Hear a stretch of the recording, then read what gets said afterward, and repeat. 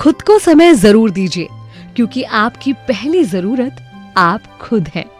मैं हूं विनी आपके साथ, और चलो आज कुछ अच्छा सुनते हैं।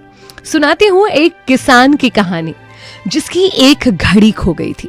कीमत में तो यूं घड़ी बहुत महंगी नहीं थी, बट इमोशनली, भावनात्मक रूप से वो उस घड़ी से जुड़ा हुआ था, क्योंकि किसी प्रिय ने उसे वो घड़ी तोहफे में दी थी।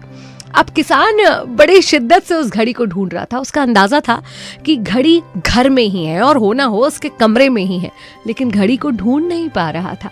बहुत परेशान हो गया। किसान का एक छोटा सा बेटा था, कुछ 7-8 साल का। वो अपने दोस्तों के साथ घर के आंगन में खेल रहा था।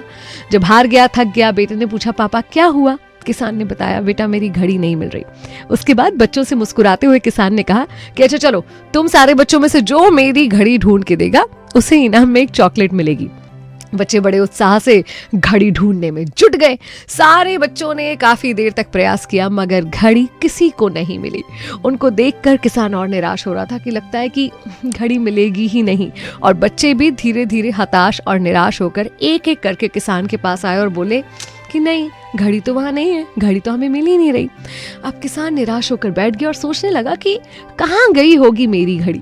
इतने में उनमें से एक बच्चा आता है और किसान से कहता है कि काका, अगर आपको एतराज ना हो तो मुझे एक मौका और दो ना, मैं एक बार और घड़ी ढूंढना चाहता हूँ, लेकिन इस बार मैं ये काम अकेले करूंगा।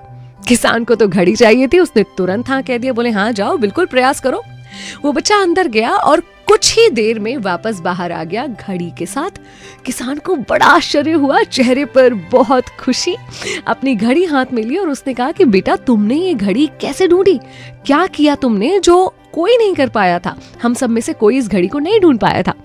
बच्चे ने कहा, काका मैंने कुछ नहीं किया, मैं जाकर बिल्कुल चुपचाप शांति से कमरे में बैठ गया, क्योंकि वहां और कोई भी नहीं था। मैं शांत मन से बैठा और मैंने घड़ी की आवाज में अपना ध्यान, अपनी एकाग्रता को लगा दिया। तो कुछ ही देर बाद मुझे टिक टिक टिक की आवाज सुनाई देने लगी और मैंने ढूंढ ली। अलमारी के पीछे पड़ी हुई थी आपकी ये घड़ी। किसान बहुत खुश हुआ और इनाम में एक नहीं 2 चॉकलेट्स उसे दी। लेकिन इसमें सीखने वाली बात यह है कि शांति बहुत जरूरी होती है, कई बार ना सिर्फ खोया हुआ सामान, बल्कि खोए हुए चैन को भी ढूंढने के लिए। कई बार जैसे इस कमरे की शांति ने उसकी मदद की घड़ी ढूंढने में। आपके अंदर की जो मानसिक शांति होती है ना, वो आपको बहुत सारे सवालों के जवाब, बहुत सारी समस्याओं का हल ढूंढने में मदद करती है। इसलिए दिन में कुछ समय ऐसा जरूर होना चाहिए आपके पास, जिसमें कोई आपके साथ ना हो, सिर्फ आप हो। आप आपके साथ समय बिताइए, पूरी शांति से, बिना किसी स्ट्रेस के।